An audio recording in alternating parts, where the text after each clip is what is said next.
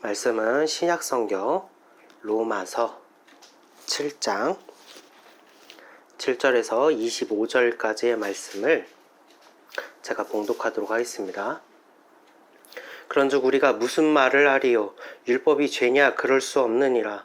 율법으로 말미암지 않고는 내가 죄를 알지 못하였으니 곧 율법이 탐내지 말라 하지 아니하였더라면 내가 탐심을 알지 못하였으리라.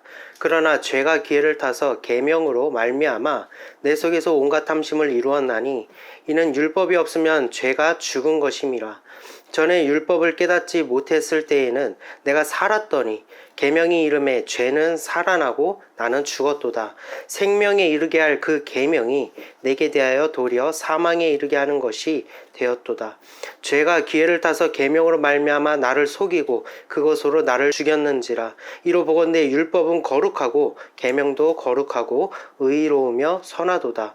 그런즉 선한 것이 내게 사망이 되었느냐? 그럴 수 없느니라. 오직 죄가 죄로 드러나기 위하여 선한 그것으로 말미암아 나를 죽게 만들었으니 이는 계명으로 말미암아 죄로 심히 죄되게 하려 함이라. 우리가 율법은 신령한 줄 알거니와 나는 육신에 속하여 죄 아래에 팔렸도다. 내가 행하는 것을 내가 알지 못하노니 곧 내가 원하는 것은 행하지 아니하고 도리어 미워하는 것을 행함이라. 만일 내가 원하지 아니하는 그것을 행하면 내가 이로써 율법이 선한 것을 시인하노니 이제는 그것을 행하는 자가 내가 아니요 내 속에 거하는 죄니라. 내 속 곧 내 육신에 선한 것이 거하지 아니하는 줄을 아노니 원함은 내게 있으나 선을 행하는 것은 없노라. 내가 원하는 바 선은 행하지 아니하고 도리어 원하지 아니하는 바 악을 행하는도다. 만일 내가 원하지 아니하는 그것을 하면 이는 행하는 자는 내가 아니요 내 속에 거하는 죄니라. 그러므로 내가 한 법을 깨달았노니 곧 선을 행하기 원하는 나에게 악이 함께 있는 것이로다. 내 속으로는 하나님의 법을 즐거워하되 내 지체 속에서 한 다른 법이 내 마음의 법과 싸워 내 지체 속에 있는 죄의 법으로 나를 사로잡는 것을 보는도다. 오라, 나는 공고한 사람이로다. 이 사망의 몸에서 누가 나를 건져내랴. 우리 주 예수 그리스도로 말미암아 하나님께 감사하리로다. 그런즉 내 자신이 마음으로는 하나님의 법을, 육신으로는 죄의 법을 섬기노라. 아멘. 자, 오늘은 공존하는 두 법이라는 제목으로 말씀을 증거하도록 하겠습니다. 그리스도의 몸된 교회로서 그의 지체로서 진정한 행복을 누리며 살아오고 계십니까? 아멘. 우리는 죄와 싸워서 이겨야 한다고 말합니다.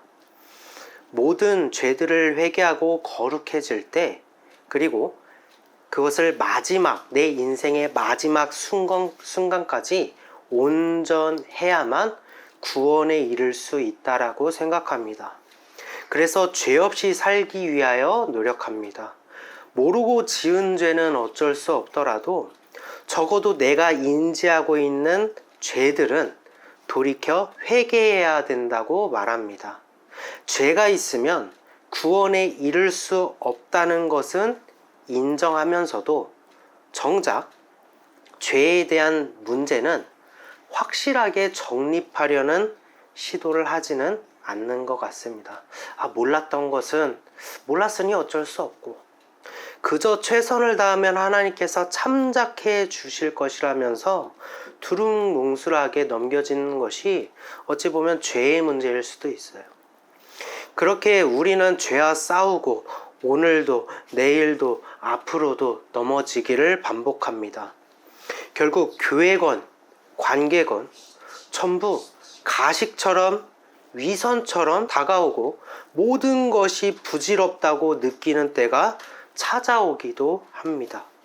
과연 나는 거룩해질 수 있을지, 온전케 될 수 있을지, 구원받을 수 있을지 의문이 생기기까지 합니다. 꼭 이럴 때는 하나님께서는 잠잠하시고 그럴 때마다 우리의 원망의 대상은 하나님으로 바뀌게 되죠. 우린 일전에 무언가에서 자유케 됨이 무엇인지에 대해서 생각해 본 적이 있습니다. 가령 돈에서 자유롭게 되기를 원한다면 불편함을 느끼지 못할 만큼 많은 돈을 가져야 비로소 자유케 될 것이라고 생각을 하겠지만, 눈은 보아도 족함이 없고 귀는 들어도 가득 차지 아니한다는 전도서의 말씀과도 같이 우리는 만족을 느끼지 못하고 더욱 많은 돈을 필요로 하며 끝내 자유함을 얻지 못하게 될 것입니다. 요한복음 8장 32절입니다. 진리를 알지니 진리가 너희를 자유롭게 하리라. 예수님께서는 말씀하십니다. 진리가 너희를 자유롭게 하리라. 진리이신 예수님께서 우리를 자유케 하시는 것입니다. 진정한 자유는 내가 궁핍하고 고난을 당할지언정 돈이라는 존재가 예수님을 향한 내 믿음에 아무런 영향을 주지 못할 때 우리는 진정한 자유를 얻게 되는 것입니다. 우리의 궁극적인 목표는 돈이 아니라 믿음으로 구원을 받는 것이 우리의 궁극적인 목표이기 때문입니다. 마찬가지로 죄에서 참된 자유함을 얻는 것은 나의 행함과 노력이나 수고가 아니라 오직 예수 그리스도의 보혈의 십자가의 그 능력으로 나의 죄가 더 이상 나를 정죄할 수 없고, 비록 여전히 나는 악할지라도 내 영은 언제나 요동치지 않고 견고하게 설 수 있는 것, 이것이 바로 비로소 자유케 되는 것입니다. 여러분께서 한번 생각해 보셨으면 좋겠습니다. 우리는 죄에서 돌이키는 것이 회개라고 말하죠. 회개는 우리가 그 죄를 피하거나 외면하기 위하여 돌이키는 의미가 아닙니다. 죄의 출처는, 저 죄의 출처는 나라는 사실이 명확하기 때문이에요. 내 죄잖아요. 내 죄인데 그것을 다시 짓지 않을게요 라면서 돌이키는 것이 회개가 아니라는 거예요. 진정한 회개란 나와 내 죄가 아무런 상관이 없기 때문에 죄에서 돌이키는 것입니다. 우리가 이러한 담대함을 가질 수 있는 이유는 예수님이 그 죄를 짊어지시고 십자가를 지셨고 그리고 죄값을 치르셨으니 그 죄가 나를 정죄할 수도 없고 그 어떤 권리도 나에게 요구할 수 없게 되는 것입니다. 이것이 바로 죄에서 돌이키는 진정한 회개라는 거예요. 그 죄가 나와 아무 상관이 없다. 예수님께서 우리를 자유케 하시는 방법이 바로 여기에 있는 것입니다. 수고하고 무거운 짐진 자들아 다 내게로 오라. 내가 너희를 쉬게 하리라. 왜요? 예수님께서 큰 짐을, 내 죄를 다 짊어지셨으니. 이번 주와 다음 주에 걸쳐 증거하게 될 이 로마서의 말씀은 율법과 예수님의 이루심을 통하여 우리의 죄와 구원에 대하여 묵상하는 시간을 갖도록 하겠습니다. 성령 하나님께서 이 시간에 사람의 입술이 아니라 하나님의 말씀을 깨닫게 하시는 은혜가 넘치기를 소망합니다. 우리는 창세기를 통하여서 하나님께서 천지를 지으신 일은 만물을 지으신 역사를 기록한 것이 아니라 죄악뿐인 세상에 구원의 길을 만드신 구원의 기록이라고 말씀드렸어요. 흑암뿐인 세상에서 빛을 만드심은 흑암인 것을 우리에게 알게 하시고 우리로 하여금 흑암보다 더 좋은 빛을 선택할 수 있도록 하신 것, 이 빛은 바로 예수 그리스도를 상징하는 것입니다. 제가 거의 매주마다 이 천지창조는 구원의 기록이다 라고 말씀드린 이유는 이것을 깨달은다면 우리가 성경의 많은 이야기들이 우리가 희락에 대해서는 희락은 성경에서 이렇게 설명해 주고 있어. 소망은 이런 거야. 구원은 이런 거야. 죄는 이런 거야. 라면서 뭔가 신학처럼 다가간다면 우리는 성경을 그렇게밖에 볼 수 없다는 거예요. 하지만 성경은 오직 한 가지를 이야기하고 있습니다. 무엇이죠? 예수 그리스도 그리고 우리의 구원. 이 모든 맥락으로 성경을 봐야 모든 다른 이야기들이 전부 다 이해될 수 있기 때문에 제가 매 주마다 이렇게 천지창조는 구원의 기록이다라는 것을 강조하는 것도 그것이 바로 예수 그리스도를 의미하고 있기 때문입니다. 조금 더 이야기를 하자면, 그리고 짐승과 사람의 수인 여섯째 날에, 요한계시록에서 그래서 666이라고 하죠. 짐승과 사람의 수. 그리고 하나님께서는 여섯째 날에 짐승과 사람을 만드시고, 사람은 그 날에 죄악에 빠졌고, 하나님께서는 그들에게 가죽옷을 입히셨습니다. 여기서 가죽옷은 십자가에 달리신 예수님을 상징한다라는 것을 알고 있습니다. 그렇기 때문에 예수님께서 십자가에 달리시고 우리를 위해 가죽옷이 되시는 그 날까지 이 모든 것들이 여섯째 날을 상징하고 있다라는 거예요. 그리고 안식의 주인이신 예수님께서 십자가에서 모든 것을 이루시고 진정한 안식을 여셨습니다. 예수님께서도 내가 안식의 주인이다 말씀하신 이유가 예수님께서 안식을 여실 수 있기 때문이에요. 그래서 내가 너희를 쉬게 한다고 말씀하신 것입니다. 마찬가지로 하나님께서는 7일째 안식하셨다고 기록되어 있죠. 예수 그리스도로 다 이루신 것, 그것이 천지창조의 7일째에 해당하는 안식을 이루신 것입니다. 그리고 하나님께서 안식에 들어가셨다라고 말씀하신 것도 바로 이것을 상징하는 것입니다. 따라서 창세기에 기록된 천지창조 또한 예수 그리스도를 증거하고 있음을 우리는 알 수 있는 것이죠. 또한 예수님께서 이루신 안식은, 그 구원은 우리의 수고와 노력이 아닌 전적으로 예수 그리스도의 은혜입니다. 동의하십니까? 아멘. 그러나 율법은 오실 아들에 대하여 모형이 되어서 안식일에 일하는 자는 죽는다라고 나타내었습니다. 즉 안식은, 구원은 예수 그리스도의 공로임을 나타낸 거예요. 그래서 안식일에 일하면 죽는다. 즉 구원을 이루기 위해서 너희의 의와 너희의 수고가 전혀 들어가지 못한다. 그렇게 너희들이 구원을 얻고자 하면 죽을 것이다가 바로 율법에 나타나 있는 것입니다. 이를 예수님께서 이루실 때까지 율법은 여전히 죄를 죄로 깨닫게 하시는 하나님의 언약이 깃들어 있다라는 것입니다. 바울은 예수 그리스도를 믿고 성령을 받은 자의 입장에서 오늘 본문의 말씀을 통하여 이 율법의 존재의 의미와 이로 말미암아 죄와 구원을 어떻게 규정하고 있는지를 나타내고 있는 것입니다. 오늘 본문의 말씀 7장 7절에서 9절까지 말씀입니다. 그런즉 우리가 무슨 말을 하리요? 율법이 죄냐? 그럴 수 없느니라. 율법으로 말미암지 않고는 내가 죄를 알지 못하였으니 곧 율법이 탐내지 말라 하지 아니하였더라면 내가 탐심을 알지 못하였으리라. 그러나 죄가 기회를 타서 계명으로 말미암아 내 속에서 온갖 탐심을 이루었나니 이는 율법이 없으면 죄가 죽은 것임이라. 전에 율법을 깨닫지 못했을 때에는 내가 살았더니 계명이 이름에 죄는 살아나고 나는 죽었도다.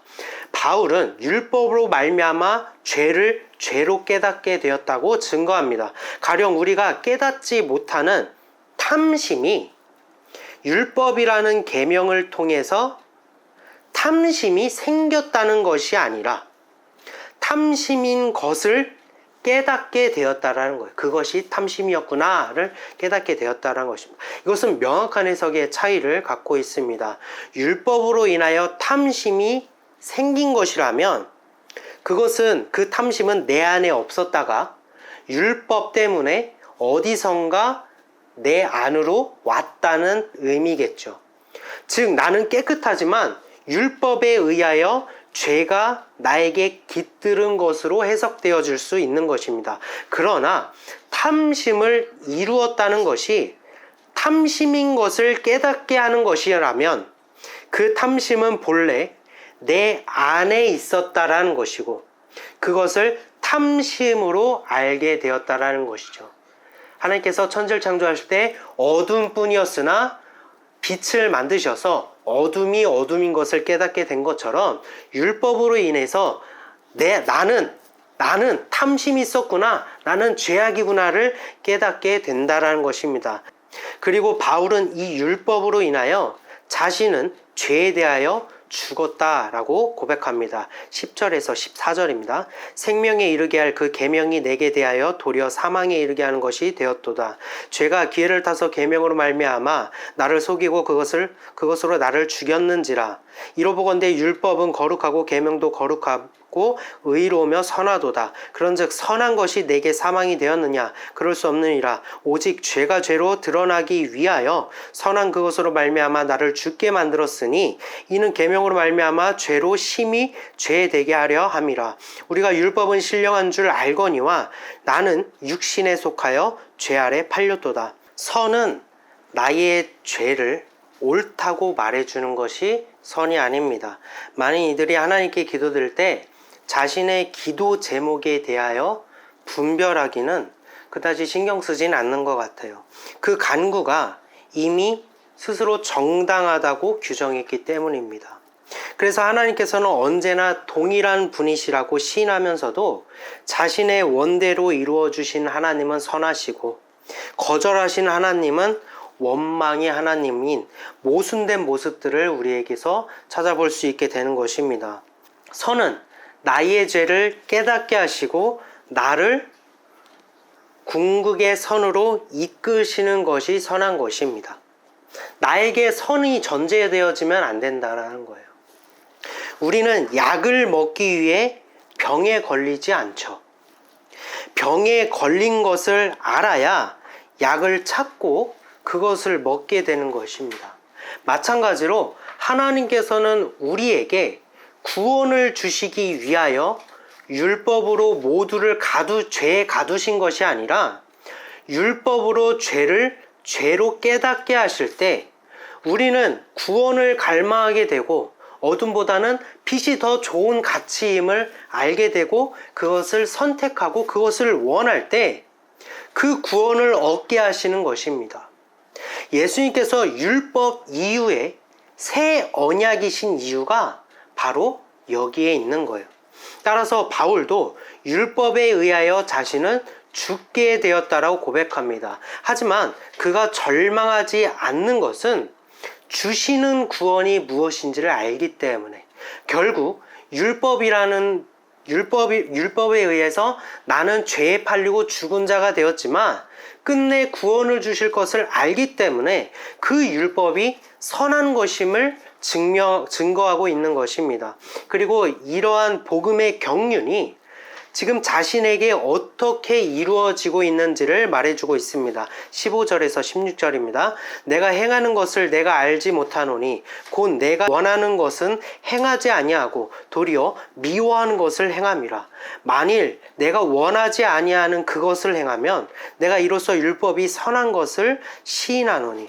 바울은 죄악의 어둠뿐인 자신에게 빛 대신 예수님께서 임하실 때 그는 더 좋은 빛을 선택했습니다.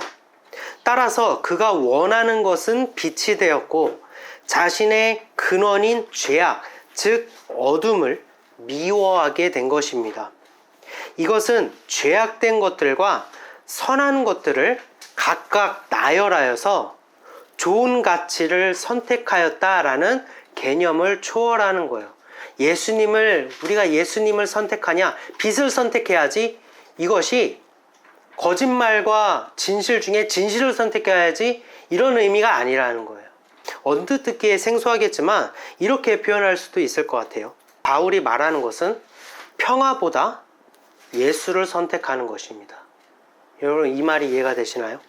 선행보다 예수를 선택하는 거예요.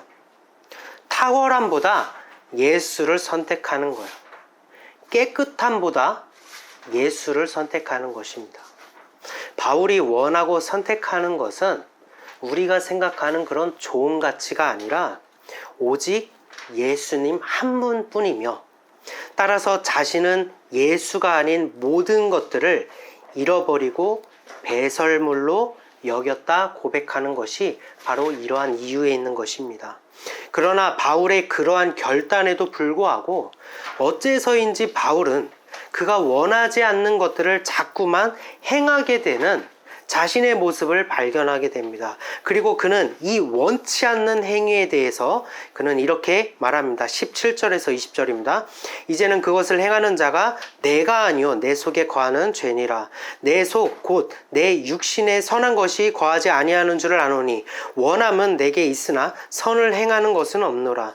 내가 원하는 바 선을 행하지 아니하고 도리어 원하지 아니하는 바 악을 행하는도다. 만일 내가 원하지 아니하는 그것을 하면 이를 행하는 자는 내가 아니요 내 속에 거하는 죄니라.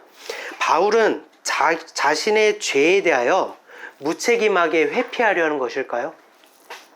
그는 마치 자신과 그의 육체가 아무런 상관없는 별개의 존재로 여깁니다. 심지어 자신의 육신이 선한 것은 없고 온통 죄악뿐이라며 마치 남을 관찰하듯이 이야기하고 있다는 거예요.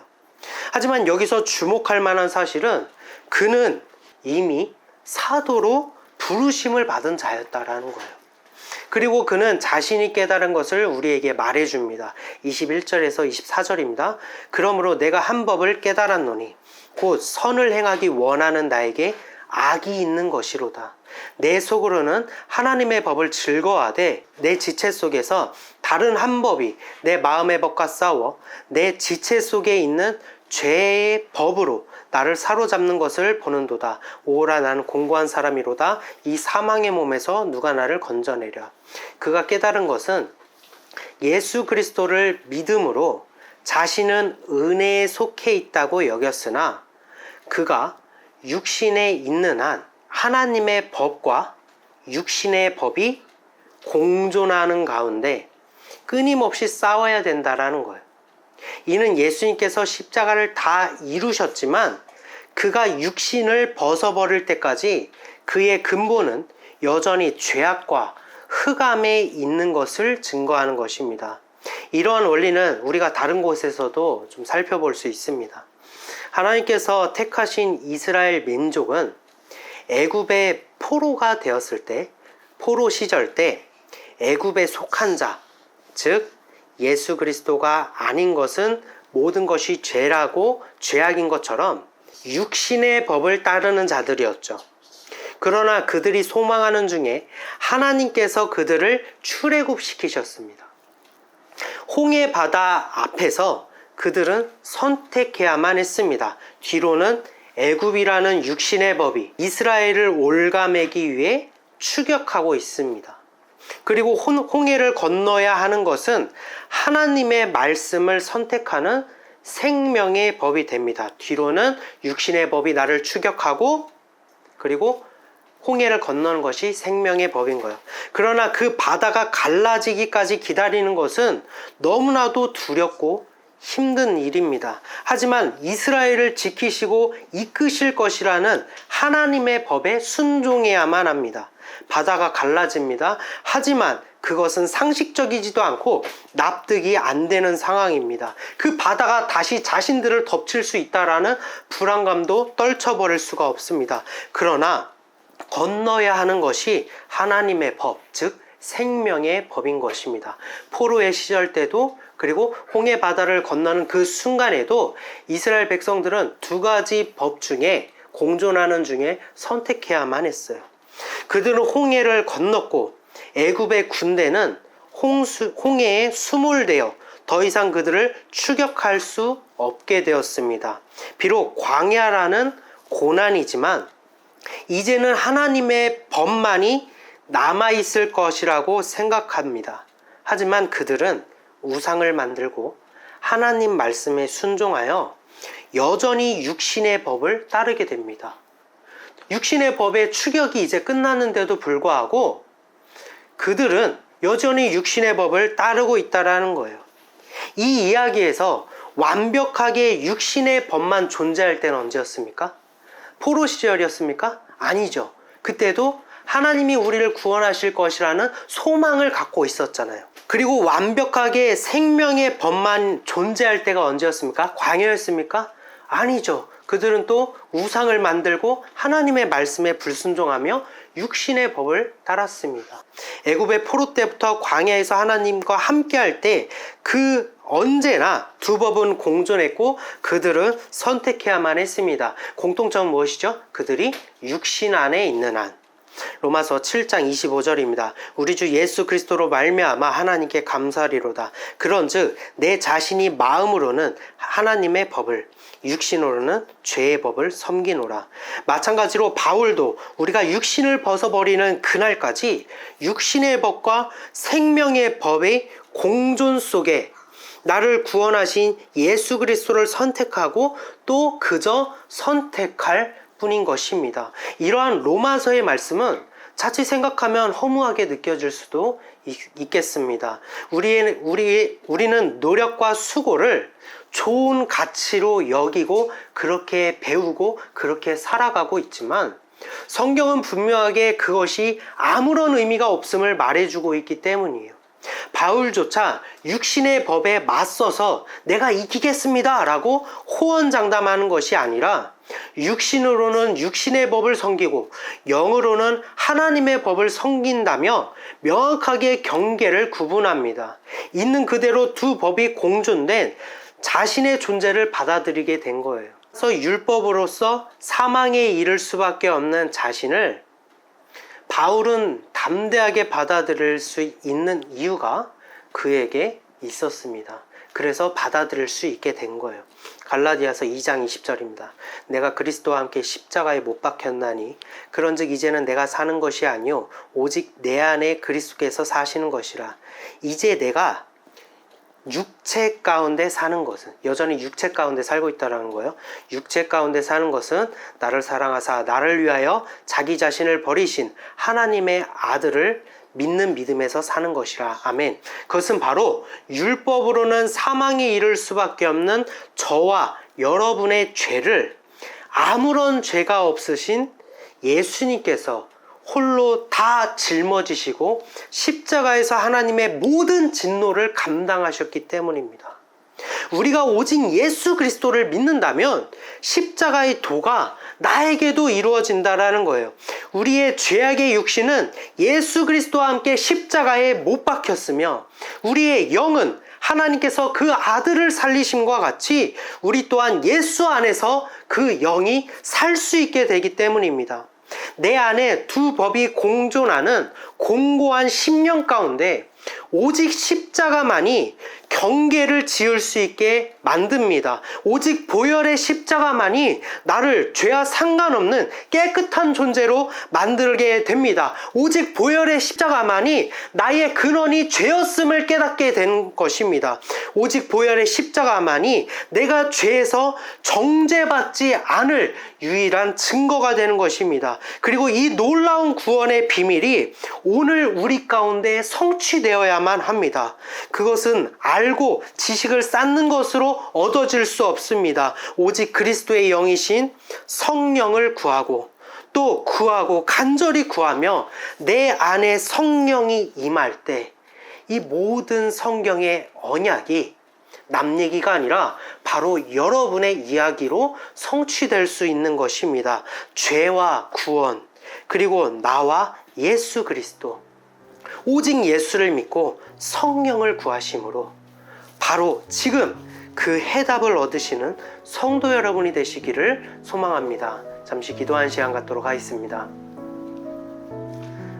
사랑의 하나님, 우리는 이길 수 있다라며 죄와 싸워서 이길 수 있다라면서 우리의 육신의 법을 억누르려 하고 그것을 이기려고 호언장담하지만 매번 넘어지고 나약한 내 심령을 발견하게 됩니다.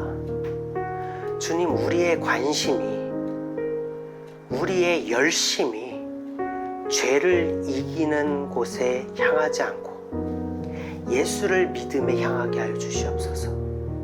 우리가 저 마귀를 대적하기 위해 살아가는 것이 아니라 예수를 믿기 위해 살아가는 성도들이 될 수 있도록 하여 주시옵소서. 예수님께서 다 이루셨으니 예수를 믿으면 다 이루어질 거라는 그 믿음으로 우리에게 성취되게 하여 주시옵소서.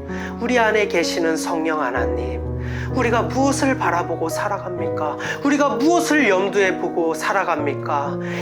나는 왜 이 어둠에 있는지를 절망하며 살아가는 것이 아니라 이 어둠 가운데서도 저 한 줄기 빛이 있구나, 나를 구원하신 예수 그리스도가 내 안에 있구나라는 것을 깨달아 우리가 그 예수로 살아갈 수 있는 믿음의 성도들이 될 수 있도록 함께하여 주시옵소서. 우리를 붙들어 세워 주시옵소서. 이 모든 말씀과 기도 우리를 사랑하시되 십자가에서 끝까지 사랑하신 예수님의 이름으로 기도드립니다. 아멘.